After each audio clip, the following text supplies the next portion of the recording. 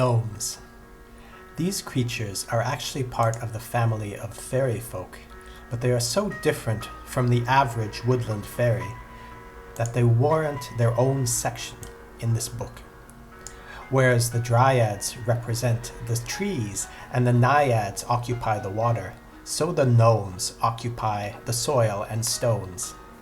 They are spirits of the earth and spend the majority of their time underground, exploring the deep places and performing their unique form of alchemy with the precious metals they find down there. As befits the hidden, insulated nature of the underground, they are more shy and introverted than the other fairy folk. They are slower, more plodding, and less hyperactive than their fairy ilk. Unlike the flighty and fickle fairies of the air and water, the gnomes are quite capable of careful thought and sustained effort, and their complex, elaborate, gnomish cities are a testament to their craftsmanship and attention to detail. The average hiker, of course, is unlikely to ever to behold a gnomish city, which are invariably located under the ground, but they may well spot a gnome on one of their many sojourns to the surface in search of stones and precious metals, which they use as materials for their many building projects, or as ingredients for their alchemical research. Quite unlike other fairy folk, the gnomes are not averse to machinery. In fact, they are apt to create their own machinery of sorts, although this machinery is run on much different principles than human machinery, and would appear very mysterious and exotic to human eyes. But the use of machinery or electronics will certainly not repel the gnomes, and they may even show some interest in human technology, given their natural tendency to invent machines and tinker with them. The word gnome is derived from the Latin word genomos, which means earth dweller, and there are a great many variations of the earth-dwelling gnome in practically every culture. In Holland, they are known as the kabouter. The Swedish call them tomte. They are known as menehune in Hawaii, and the traditional Ainu folklore refers to them as the koro pok guru. But regardless of the name, the gnome is universally identifiable by their small size and their connection to underground places, stones and the earth. They are also known for their supernatural abilities, which is thought to derive from a combination of their knack for invention and the abstruse science they practice, which springs from their knowledge of the earth and its many elements. This specialized variety of alchemy allows them to form and forge amazing gadgets from out of the base metals of the earth, and provides them with the energy sources they need to make those gadgets run. Anyone fortunate enough to come across a gnome dwelling will find all manners of treasure there, from fascinating gadgets to precious gems to refined nuggets of metal. Even the occasional artifact imbued with the otherworldly powers of their mysterious magics. Those hikers who wish to locate a gnome will be well rewarded if they are able to do so, as these are one of the few nature spirits who can offer truly impressive material rewards to their human observers. It is not unheard of for the gnomes to stash diamonds, bars of gold, or other valuable items, which they have uncovered in their excavations, in pits or holes in the earth. And so, the skillful hiker may very well receive a windfall if they can just manage to track the gnome's movements skillfully enough, and so guess where they might be storing their valuables. Usually, the gnome's treasures are hidden deep in their underground catacombs, but during extended periods of surface work, the gnomes will often construct temporary pits, expertly hidden of course, in which to store their treasures until such time as they can arrange for their transport deeper underground. Locating these caches of loot can be tricky, however, because the gnomes are very shy and are very uncommunicative. Unlike the other fairies, they will show very little interest in you, if any, even if you do manage to gain their complete trust. given the challenges of their elusive and reclusive nature, finding a gnomish treasure hoard requires an intelligent approach and a lot of observation. However, if you follow the instructions provided in this book, then your chances of claiming gnomish artifacts for yourself becomes a possibility. How to make contact. Fairy folk, though skittish and nervous, are quite fun and friendly when once their trust has been gained. That rule does not apply to gnomes, however. Gnomes are single-minded in their work and level-headed in their approach to everything. They have very little time for play or frivolous merrymaking, so attempting to befriend a gnome is about as easy as putting a collar on a bad-tempered dragon.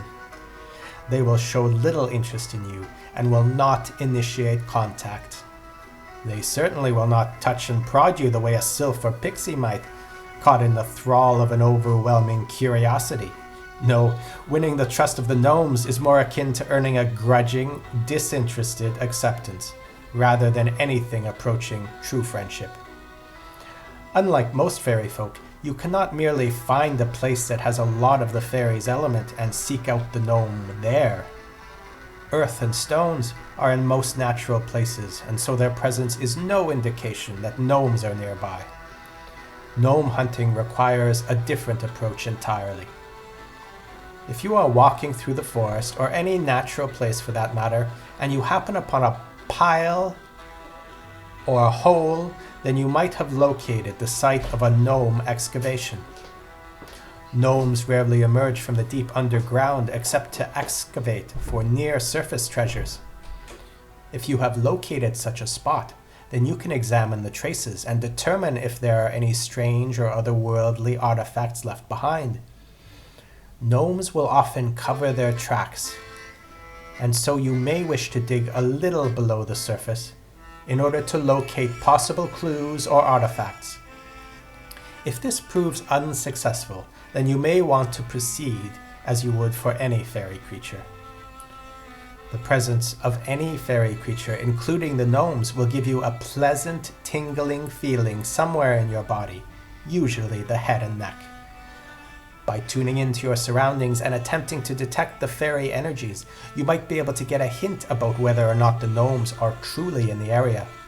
If you feel nothing, then carry on through the wilderness in search of more signs of excavation. However, if you do find evidence to support that gnomes are nearby, then you need only wait. How to befriend. Much like the other fairy folk, gentle patience is the best way to gain the gnome's trust. Try to behave and present yourself in such a way that you blend into the natural surroundings. Be respectful to every plant, stone, and toadstool. Be quiet and demure.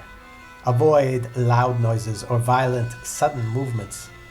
Unlike the rest of fairy kind, contraptions and electronics will not disturb the gnomes, unless they are noisy or otherwise disruptive to the peace and serenity of nature. If you are faithful in your application of these recommendations, then you may gain the gnome's trust, enough for them to work in your presence. As with all nature spirits, there is a natural tension and wariness that comes into being the moment you step into their habitat. This natural distrust of humanity is an intrinsic quality of any and all nature spirits. The gnomes also will be wary of your presence until you have proven with gentle patience that you are not a threat and are maybe even a benign element of the natural surroundings. This is the effect you are aiming for when attempting to gain the trust of any nature spirit. When you have succeeded in doing so with the gnomes, you may spot a fleeting movement out of the corner of your eye. You may catch a glimpse of a small creature moving on the ground. At first, they will vanish the moment you turn to face them, but with time, they will grow less wary of you, and you will be able to watch them, unobstructed and uninterrupted, as they go about their work. It will be fascinating to observe them as they dig and sort through their findings with expert dexterity. But do not say anything or attempt to make contact. Gnomes are never interested in human beings and will instantly vanish if you annoy them with friendly overtures. This might also cause them to retract whatever trust they have given you, and might even cause them to abandon their excavation grounds in favor of some place less infested with bothersome humans. When you have earned the privilege of observing them, merely watch what they're doing and try to guess where their storage pits might be hidden.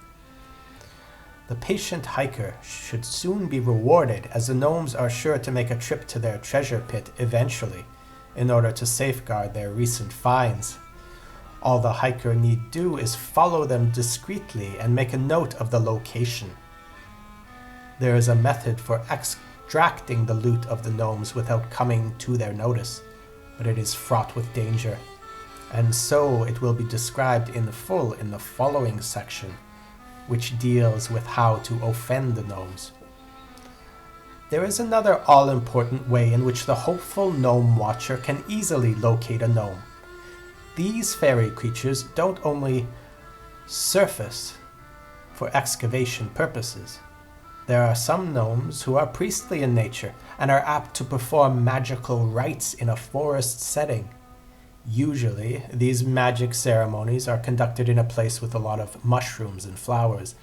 In addition to stones and earth, mushrooms and toadstools are another essential element of the gnomes, and their presence is often a sign of gnomish activity. In particular, if you find a circle of mushrooms, this is likely to be a site of a magical rite by a gnomish priest. If you are lucky enough to locate such a gnome holy place, then it is advised you observe it from afar, taking care to apply all the rules of behavior outlined above. With patience and perseverance, you might be able to observe the sacred ceremonies of the fairy folk, which are always conducted by a gnomish priest. Although the priest/wizard who is creating the ceremony is always a gnome, the fairy rituals attract all manner of fairy folk, particularly the pixies, who have some kind of mysterious connection to the gnomes and are seemingly an important part of their magical ceremonies. This is the reason why flowers, the element of the pixies, are usually found near gnomish ritual sites. In fact, those with large and luxurious flower gardens can often attract gnome priests and so observe the mysteries of the fairy ring ceremonies from the comfort of their own backyard. But more information on this and the mysterious rites of the fairies are contained in our other book, The New Homeowner's Guide to House Spirits. How to offend. The easiest way to offend a gnome is by talking to it. Being notoriously antisocial, they will be instantly turned off by friendly chatter. But even if you have irritated the gnomes in this way, they will not become truly offended by this. Like all fairy folk, they will probably just flee when met with boorish or offensive behavior. Any of the usual sins against fairydom applies to the gnomes, apart from the use of machines. Noise, violence, destruction of their natural habitat, all of these things will irritate and frighten the gnome. But as said, it will probably only cause them to avoid you in future. Gnomes possess the same ability to cast a fairy hex as do all fairy folk, but apart from that, they will usually do you no harm. The only exceptions would be if you interfere with their fairy ring ceremonies or if you have been observed stealing from their treasure hoard. As for the latter, it is important to remember that fairy ring ceremonies are literally the church ceremonies of the fairy folk. It is essential that you treat them with the respect and reverence you would accord to the religious services of human beings, if not much more so. It is a privilege, after all, for you to witness these rites, which are normally obscured from human eyes through the veil of fairy magic. To interrupt the proceedings or do damage to the hallowed ground of the fairy circle are mortal sins in fairy culture, and you are certain to come to great harm if you dare to do so. Unlike the common fairy, the gnomes have a great deal of magical power at their disposal, as well as an arsenal of very intricate technologies which could be used to wreak fairy vengeance on you In particular, the priestly class of gnome has a great deal of spiritual power, which can be used to mobilize the fairies against you en masse. Anything from bad luck to death could result from your anger at a gnome in this way. Not only will you turn all fairy folk against you, possibly for all time, you will also endanger your life in a very real sense if you are unfortunate or foolish enough to seriously offend a gnome. As for claiming gnomish treasure, there is a very specific technique required in order to scoop up the loot without being observed. To risk being seen by the gnomes with your hand in the treasure pit is to risk a fate almost as horrible as that of the fairy ring blasphemer. Given their fixation on work and their attention to detail, the gnomes cannot fail to notice that some of their goods have been pilfered. The key is to do so when they are not present and not looking, so they will not have object for their anger and cannot seek to gain vengeance on you. In order to steal gnomish treasure unobserved, it is important to wait for a time when they are not working. When at work, they will be keeping very concentrated tabs on their entire workspace. Even if it seems like they are away from their storage pits and are occupied with digging, it is certain they will notice if you venture too close to their loot. Committing such a faux pas will assuredly earn you their ire. If you are quick, you might be fast enough to swipe a good portion of treasure before they can mobilize their magic against you, but it will be hardly worth it given the curses and misfortunes they will level against you when once they realize what you have done. The gnomes will often take breaks, at which point they will retire to their subterranean chambers a bit deeper in the ground. At such times, it is possible to quietly approach the treasure pit and extract all the contents. If you choose to do this, however, you must flee the scene immediately and ideally never return to that spot. Even this method, however, is not good enough. If the gnomes had made particular note of your presence before they went down for their break, then they might put two and two together, in which case you are no better off than you would be if you had been caught in the act. What is more, other nature spirits friendly to the gnomes might observe you stealing their hoard and might inform the gnomes of your thievery. As these examples clearly illustrate, it is never guaranteed that you will escape with a gnomish treasure undiscovered. The safest method, however, is to wait for the cover of darkness. Ideally, you should leave the gnome's workspace as soon as you have made note of the treasure pit's location. Then, you should return after dark. Leaving the scene quickly in this way helps to eliminate any chance that the intelligent gnomes will put two and two together and naturally assume you are the thief. Gnomes rarely work after dark because night is the time when more sinister nature spirits emerge. As a result, most fairies, including gnomes, prefer to hide or rest during the hours of night. They are likely to be sleeping in their subterranean beds. Because most other fairies will be hiding as well, your chance of being seen by a third party is also very slim. Using this technique, you can hope to locate the pit and scoop up the treasure without being exposed or discovered. Of course, there is always the chance the gnomes might have finished their work by that time during your absence, and so could have moved all their treasure underground before you have a chance to get to it. But that is a chance you will have to take in order to retrieve the treasure in a way that is relatively safe from fairy observers. Given the risks involved, many hikers might ask why they should steal gnomish treasure at all, and in fact, you will accumulate merit in the eyes of the fairy folk if you do not steal the gnomes' riches, in spite of the fact that they've clearly seen you observing the treasure pits. Fairies are astute and likely to notice these things.